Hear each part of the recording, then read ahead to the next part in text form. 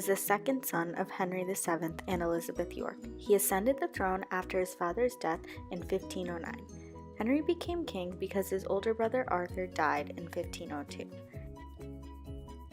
Henry's father gained papal permission for his son Arthur's wife Catherine of Aragon to marry Henry after Arthur's death. A dispensation or exemption from canon law was required for this to happen, because it was against the biblical law for a man to marry his brother's widow. However, Henry VII was able to get the dispensation, and his son was able to marry Catherine.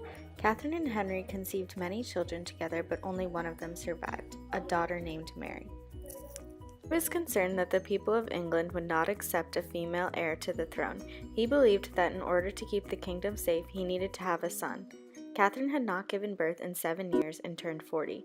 This is when Henry decided that the only way he was going to have a son was to find a new, younger wife. Henry hoped that the Pope would dissolve his marriage with Catherine based on the principle that God had given them a sterile marriage, which the Bible had forbidden. Unfortunately, the Pope at the time was Clement VII, and he refused to dissolve Henry and Catherine's marriage. This angered Henry, and he turned to Parliament for help in breaking ties with Rome and the Pope. Parliament helped Henry by creating a series of laws that broke up the relationship between England and the papacy. However, while Henry was trying to annul his marriage with Catherine, he was having an affair with Anne Boleyn, the daughter of one of his advisors, and she became pregnant in 1532. Henry secretly married Anne in January of 1533 because he wanted to make sure her child was considered legitimate if she had a son. In May of 1533, the Archbishop of Canterbury, Thomas Cranmer, was cooperative and declared that Henry had never been validly married to Catherine. Therefore, Anne was now his legal wife. Henry was sorely disappointed when Anne gave birth to a baby girl who they named Elizabeth. In 1534, the Pope declared that Catherine was Henry's legitimate wife, not Anne. In response to this declaration, Parliament passed the Act of Supremacy.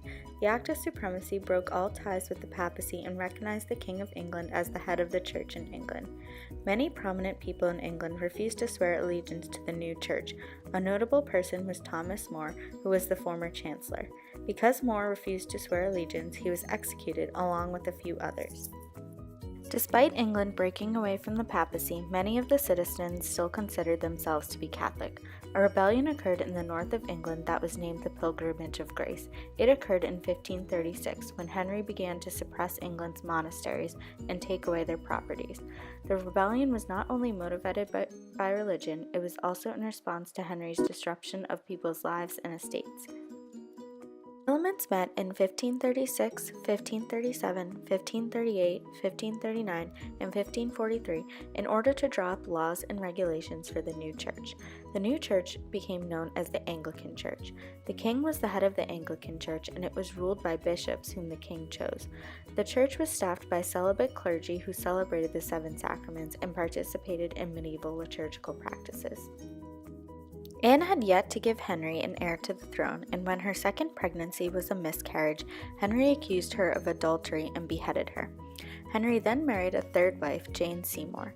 Jane passed away, giving birth to Henry's male heir, the future Edward VI.